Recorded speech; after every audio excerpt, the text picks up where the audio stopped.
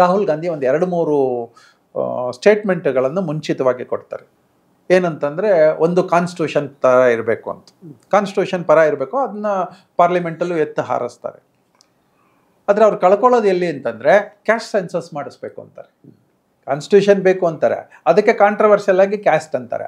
ಆಮೇಲೆ ನಾವು ಇನ್ನೆಲ್ಲೋ ಒಂದು ಕಡೆ ಯಾವುದೋ ಒಂದು ಲೂಸ್ ಟಾಕ್ ಮಾಡ್ತಾರೆ, ನಾವು ಈ ರಿಸರ್ವೇಷನನ್ನು ತೆಗಿತಾ ಇದ್ದೀವಿ ಅಂತ ಹೇಳ್ತಾರೆ. BJP ರಿಸರ್ವೇಷನನ್ನು ತೆಗಿತಾ ಇದ್ದೀವಿ ಅಂತಂದಾಗ BJPಗೆ ಎಫೆಕ್ಟ್ ಕೊಡ್ತದೆ. ಹಾಗೆ ಕಾಂಗ್ರೆಸ್ಸು ನಾವು ರಿಸರ್ವೇಷನನ್ನು ತೆಗಿತಾ ಇದ್ದೀವಿ ಅಂತಂದಾಗ, ಅದರಲ್ಲೂ ರಾಹುಲ್ ಗಾಂಧಿ ಬಾಯಿಂದನೇ ಬಂದಾಗ ಅದರ ಡಿಸ್ಅಡ್ವಾಂಟೇಜ್ ಕಾಂಗ್ರೆಸ್ಗೆ ಆಗಿದೆ.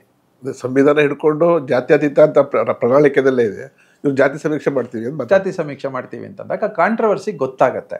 ಅವ್ರು ಹೇಳ್ತಾ ಇರೋದೇ ಬೇರೆ, ನಡ್ಕೋತಾ ಇರೋದೇ ಬೇರೆ ಅಂತ ಗೊತ್ತಾಗುತ್ತೆ. ಮತ್ತು ಅಫ್ಲೇಟ್ ಏನಾಗಿದೆ ಅಂದರೆ, ರಾಹುಲ್ ಗಾಂಧಿ ಅಂದರೆ ಡಿವೈಡರ್ ಅಂತ ಅನ್ನಿಸ್ಬಿಟ್ಟಿದೆ, ಒಂದು ಮಾಡೋರಲ್ಲ ಅಂತ ಅನ್ನಿಸ್ಬಿಟ್ಟಿದೆ. ಇದು ಸಾಮಾನ್ಯ ಜನಕ್ಕೆ ಅರ್ಥ ಆಗೋಕ್ಕೆ ಶುರು ಆಗ್ಬಿಟ್ಟಿದೆ. ಎಲೆಕ್ಷನ್ ಬಂದಾಗ ದುಡ್ಡು ಕೊಡ್ತಾರೆ, ವೋಟುಗಳಿಗೆ ಮಾರ್ಕೋತಾರೆ, ಇವೆಲ್ಲ ಒಂದು ಭಾಗ. ಆದರೆ ಕನ್ಸರ್ನ್ ಇರುವಂಥ ವೋಟರ್ ಕೂಡ ಇದ್ದಾರಲ್ಲ, ಸೊ ಅವೆಲ್ಲವೂ ಆಗುತ್ತೆ. ವೋಟಿಂಗ್ ಪರ್ಸೆಂಟೇಜು ಸ್ವಲ್ಪ ನಿನ್ನೆ 5 ಗಂಟೆ ತನಕನೇ 58% ಇತ್ತು, ಒಂದು 62-63% ತನಕ ಆಗಿರ್ಬೋದು. ಈಗ ಯಾವುದಾದ್ರು ಸಮೀಕ್ಷೆಗಳು ಬಂದಿದೆ, ಇದೆಲ್ಲೂ ಕೂಡ 5 o'clock ತೊಗೊಂಡು ಮಾಡಿರೋದು.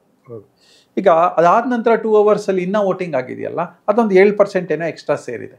ಅಂದರೆ 58 ಅಂದರೆ 65% ತನಕ. ಸೊ ಹಾಗಾಗಿ ಈ ಸಂಜೆ ವೋಟಿಂಗ್ ಯಾವುದಾಗತ್ತೆ ಅಥವಾ ಲೇಟ್ ವೋಟಿಂಗ್ ಯಾವುದಾಗತ್ತೆ, ಅದೆಲ್ಲ ಎಜುಕೇಟೆಡ್ ವೋಟರ್ಸ್ ಆಗ್ತಾರೆ, ತನ್ನ ಕೆಲಸಗಳಿಂದ ವಾಪಸ್ ಬಂದು ವೋಟ್ ಮಾಡೋವಂಥವ್ರು ಎಲ್ಲ ಆಗ್ತಾರೆ. ಆ ಅಡ್ವಾಂಟೇಜ್ ಯಾವಾಗಲೂ BJPಗೆ ಇದೆ.